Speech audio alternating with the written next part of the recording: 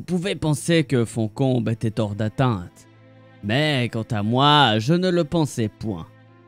Ça allait très mal dans le nord. Le royaume sous la montagne et les puissants hommes de Dale étaient anéantis. Pour résister aux forces que Sauron aurait pu envoyer reconquérir l'école et les anciennes terres de Langmar, il n'y avait guère que les nains des monts du fer.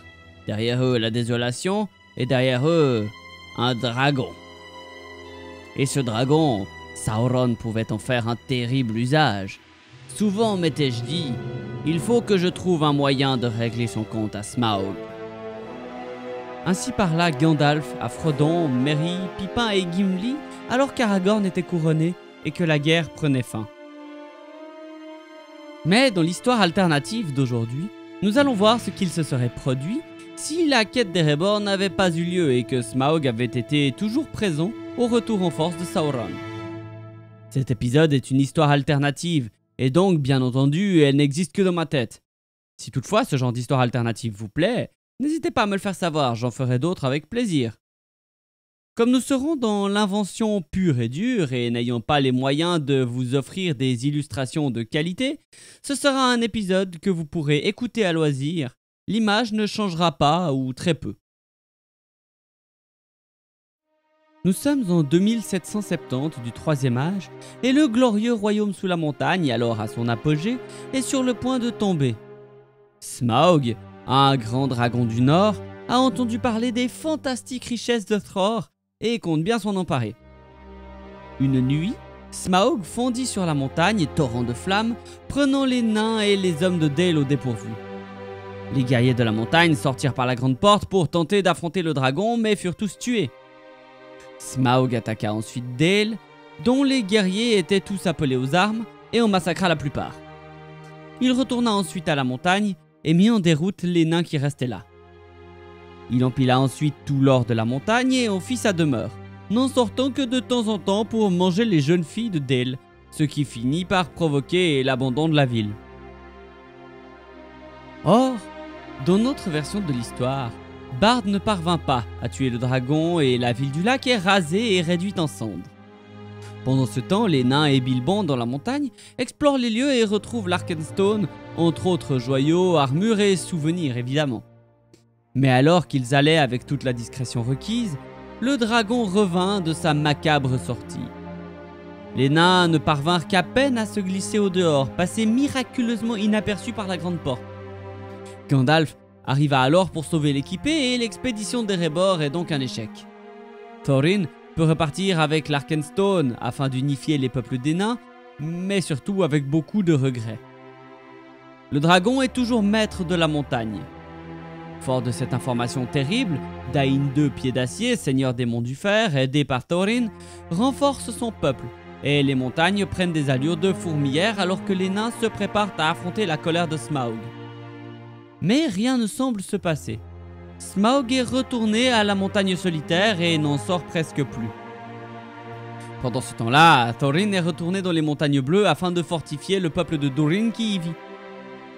Sur le voyage du retour, Gandalf ne manque pas d'avertir Elrond de son échec. Le semi-elfe est terrifié et réprimande alors Gandalf pour avoir dérangé le dragon, évidemment. Mais bien que tous se soient préparés au pire, rien ne semble bouger du côté d'Erebor dans les années qui suivent la tentative échouée, malgré l'éjection de Sauron de Dol Guldur qui eut lieu en 2941. Le 20 juin 3018 marque le premier conflit de la guerre de l'anneau avec l'attaque de Sauron sur Osgiliath. Mais alors que la guerre suit son cours au sud, le Seigneur des Ténèbres pense aussi à sa reconquête du nord, reconquête qui commence à Dol Guldur, qui est reprise et depuis laquelle Sauron peut attaquer la Lothlorien, le royaume de Thranduil et même les nains des monts du fer. Les elfes tiennent bon et les hordes de Sauron ne parviennent pas à percer le Naeth de Lorien ou les portes du palais de Thranduil. Le Seigneur sombre a besoin de plus d'aide et envoie alors messages et offrandes à Smaug, le grand dragon qui dort depuis tout ce temps dans la montagne solitaire. Sauron promet de grands trésors et un royaume plus grand pour lui, une fois tous les peuples libres anéantis. Après d'âpres négociations, le dragon rejoint Sauron.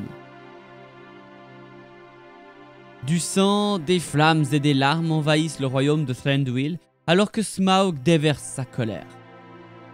Les gens du roi sont affreusement massacrés et Thranduil lui-même ne parvint à en réchapper que de justesse, le visage affreusement brûlé. C'est à Foncombe que Thranduil et quelques gens survivants se réfugient. Ils trouvent la dernière maison simple en ébullition. Elrond avait reçu la nouvelle de la chute de la Lothlórien par Galadriel et Celeborn en personne. Ils avaient été attaqués par un nombre si élevé de forces du mal que nul enchantement ne pouvait retenir les orques.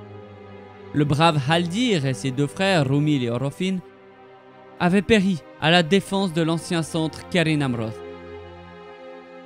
Quelques semaines suivirent alors que Smaug se prélassait dans les ruines du palais de Thranduil. Dès que l'information lui fut parvenue que Smaug avait rejoint Sauron, Elrond avait envoyé des messages d'appel à l'aide à tous les gens qu'il connaissait dans le vaste monde. Círdan au Havre, Thorin dans les montagnes bleues et même Dain des monts de fer à l'est. Les peuples libres devaient tenir tête à Sauron à Imladris, sinon tout Eriador serait perdu. Alors, à l'image des ours anciens de la dernière alliance, Elrond se tenait sur un affleurement de Foncombe. Mais à ses côtés étaient des héros différents. Les elfes de la Terre du Milieu, Galadriel, Celeborn, purent ainsi observer le soulèvement des peuples libres et l'arrivée des milliers de bannières. Círdan arrivait des Havres avec un millier de lanciers et d'archers. À la tête de plusieurs milliers de nains étaient Thorin et la plupart de son ancienne compagnie, voulant prendre revanche sur le dragon. Même des régions moins puissantes avaient répondu à l'appel. Ainsi, le Thain des Touk était là, à la tête d'archers hobbits et de shérifs de la comté. Même la garde du pays de Brie avait envoyé son contingent de miliciens. Les rôdeurs du Nord étaient présents aussi, menés par Albarad, parent d'Aragorn. Alors, le Haut-Col fut fortifié à la hâte sous la direction des nains. Les accès de Foncombe, gardés jour et nuit par des sentinelles avisées, et les gens moindres furent entraînés à la guerre. La tempête vint un soir, alors que les capitaines et seigneurs étaient en réunion dans la maison d'Elrond. Le début de ce qui sera connu comme la bataille de Foncombe, ou Nineraid Dagor, la bataille du jour des larmes, fut annoncé par un grondement dans les montagnes. Des milliers d'orques, orientaux et mauvais hommes assaillirent les défenses extérieures. Durant plusieurs heures, la plupart des elfes de la forêt noire et les Galadrim amassés ici tinrent en échec les armées de Sauron. Un second grondement retentit quand le mur vola en éclats, tuant de nombreux elfes et orques dans l'explosion et lors de la chute des rocs. La défense extérieure était brisée et les hordes se déversèrent telle une rivière noire par la brèche béante. Les jours de Foncombe paraissaient comptés et l'ombre s'étendait. C'est non loin du chemin qu'elle avait emprunté longtemps auparavant que la compagnie de Thorin fit face et interdit le passage aux armées de Sauron. Valeur et courage furent deux mots d'ordre pour ces nains avides de vengeance. Les elfes de Lindon et de Foncombe s'équipèrent et tirèrent de nombreuses flèches sur l'armée des ténèbres. Cette position fut tenue par les nains durant de nombreuses heures.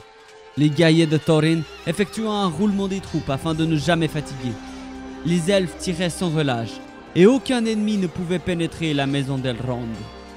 L'endroit était bloqué. Alors, le dragon arriva aux premières lueurs du jour, comme une malédiction de feux et de flammes. Il commença par brûler tout le chemin, du col à la porte de Foncombe, sans distinction entre les nains, les elfes et même les orques. Mais bien que cet assaut fût 100 fois plus meurtrier pour l'armée de Sauron, l'armée des nains qui barrait la route était en déroute.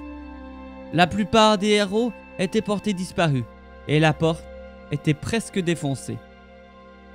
Aore en Tuluva, le jour reviendra, c'est ce que cria Albarad aux échos d'Úrin il y a longtemps auparavant, alors que les forces restantes lancèrent une charge contre les orques et que les archers elfes et hobbits tentaient de tenir Smaug à distance. À ce moment-là, deux histoires sont possibles. L'une, où après de nombreuses pertes les peuples libres s'en sortent tant bien que mal, et l'autre où Smaug parvint à ravager l'entièreté d'Eriador.